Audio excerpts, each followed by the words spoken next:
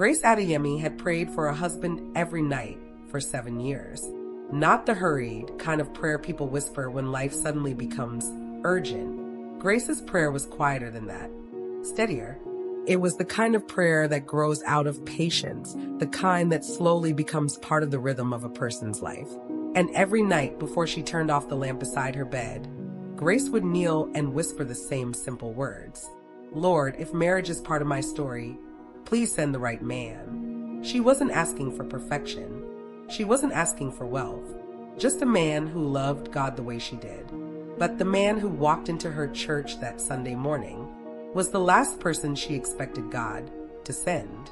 Grace lived in a small apartment not far from the school where she taught. It wasn't a large place, just 2 rooms, a tiny kitchen, and a narrow balcony where she liked to sit in the evenings with a cup of tea and a worn leather Bible. Her life was simple. During the week, she spent her mornings teaching energetic children how to read and write. And on weekends, she devoted her time to the church that had quietly become the center of her world. Grace sang in the choir. She volunteered during food drives. She helped organize the children's Sunday classes. And she was known by many people in the congregation as someone with a gentle spirit. But there was one part of her life that never quite followed the rhythm she had expected: marriage. Over the years, Grace had attended many weddings, so many that she sometimes joked she could plan one with her eyes closed. She had watched friends from university find their partners. She had stood beside brides as a bridesmaid. She had smiled for photographs and danced during reception celebrations. And she had met every smile. But sometimes, late at night, when the apartment felt too quiet, the waiting felt heavier. Still, Grace refused to let loneliness turn into bitterness, because somewhere deep inside, she believed something simple. God's timing was never careless, and if love was meant to find her, it would. That Sunday morning started like any other. The church building slowly filled with people. Families greeted one another. Children ran through the aisles until patient mothers pulled them back, and the choir gathered near the front of the sanctuary. Grace was helping arrange song sheets when she noticed the doors open. A man stepped inside. He paused just briefly, scanning the room in the way people do when they enter an unfamiliar place. There was nothing particularly dramatic about him. No loud personality. No attempt to draw attention. He simply walked down the aisle and took a seat near the back. Grace might not have noticed him at all, except for one small thing. While everyone else was greeting friends and chatting quietly, the man seemed to be listening, carefully, almost as though every word spoken in the room mattered. His name, she would later learn, was Daniel. After the service ended, people began gathering near the entrance. Grace stayed behind to help stack chairs. She was lifting the last row when a voice spoke beside her. "Would you like some help with that?" She turned and saw the same man who had been sitting near the back. He was already reaching for the chair. Grace smiled politely. "Thank you."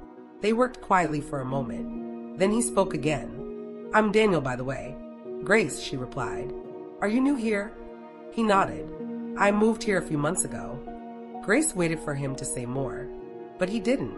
Instead, he carried another stack of chairs to the side wall. There was something about him that felt calm, reserved, not shy exactly, just careful. Their conversation lasted only a few minutes. But when Daniel left the building, Grace noticed something she hadn't expected. She was curious. Over the next few weeks, Daniel returned. Every Sunday, he always sat somewhere near the back. And every Sunday, he stayed after the service to help with small things, carrying tables, moving equipment, helping with the food pantry. He never volunteered loudly, but somehow he was always there.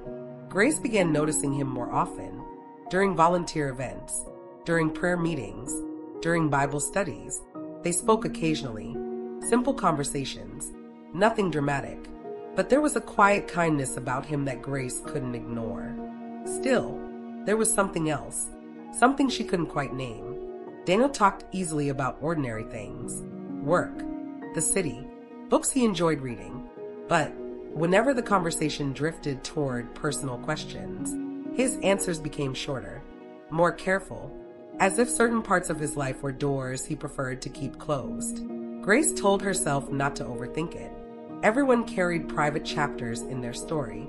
And besides, she reminded herself gently, she had not been praying for perfection, just the right person. One evening after a midweek Bible study, Grace was walking toward the church courtyard when someone called her name. Grace. She turned to see Auntie Miriam approaching. Auntie Miriam had been part of the church longer than almost anyone else. She was the kind of woman whose presence carried quiet wisdom. People often sought her advice when life became confusing. "You've been spending time with the new gentleman," Auntie Miriam said with a small smile. Grace laughed softly. "We've only talked a few times." Auntie Miriam replied thoughtfully. Then she added something that lingered in Grace's mind long after the conversation ended. "Sometimes God sends answers to our prayers," she said. "And sometimes He sends lessons." Grace wasn't sure what she meant, but she found herself thinking about those words on the walk home. Weeks passed. Grace and Daniel's friendship grew naturally.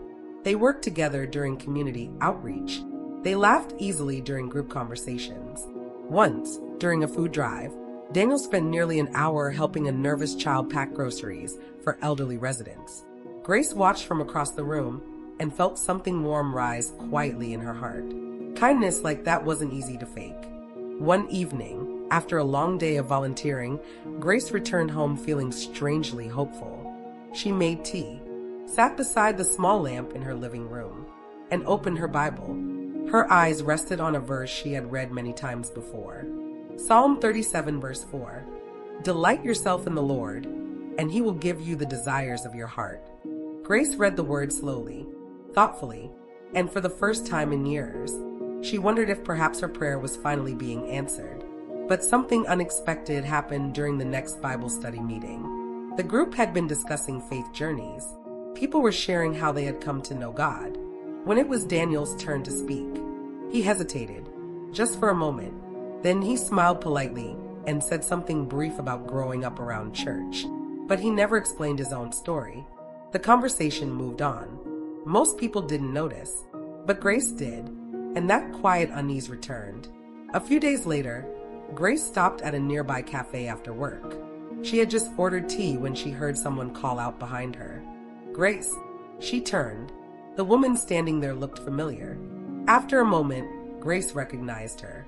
They had attended a conference together several years earlier. The two began talking casually.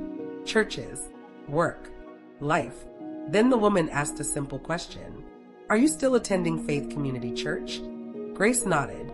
"Yes." "Actually," she added with a small smile, "a new friend of mine has started coming recently. His name is Daniel." The woman's expression changed. Not dramatically, just enough to make Grace pause. "You know Daniel?" Grace asked. The woman hesitated, just briefly. Then she said something that made Grace's heart tighten. "Yes," she replied slowly. "I knew him before he moved here." Grace waited. Something about the woman's tone felt uncertain. "What do you mean?" Grace asked. The woman looked down at her cup, then back at Grace, and quietly said the words that made everything shift. "You didn't know." Grace felt a small knot form in her chest. "Know what?" The woman's voice was gentle but serious. "Daniel used to be married." Grace's breath caught, and before she could respond, the woman added softly, "He stopped going to church after what happened with his wife." Grace stood there completely still. The cafe suddenly felt quieter, and the question echoing in her mind was one she hadn't expected to face. What exactly had happened to Daniel? And why had he never mentioned it? What Grace didn't realize yet was that Daniel's past was about to test her faith in ways she had never imagined.